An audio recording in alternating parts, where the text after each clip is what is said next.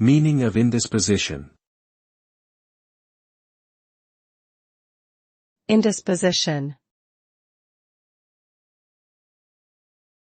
Indisposition. Indisposition. Indisposition.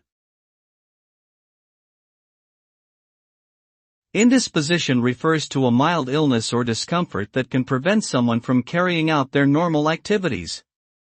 It is often used to describe a feeling of physical or mental unwellness that is not severe enough to be classified as a serious illness, but is still significant enough to cause discomfort or inconvenience.